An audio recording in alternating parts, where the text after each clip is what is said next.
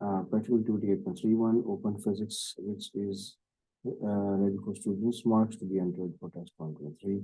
Due to validation rule that will only allow the entry of marks up to and including the marks for each test.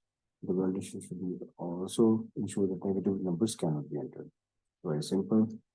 We'll select this range, we'll come to the validation, and we'll use between 4 and 0, and we can put relevant error message, enter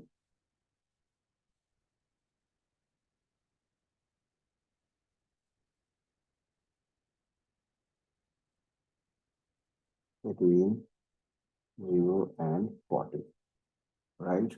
So, right, in fact,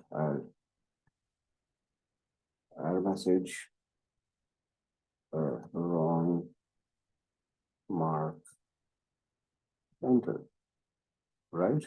And here we can say is enter marks, error message,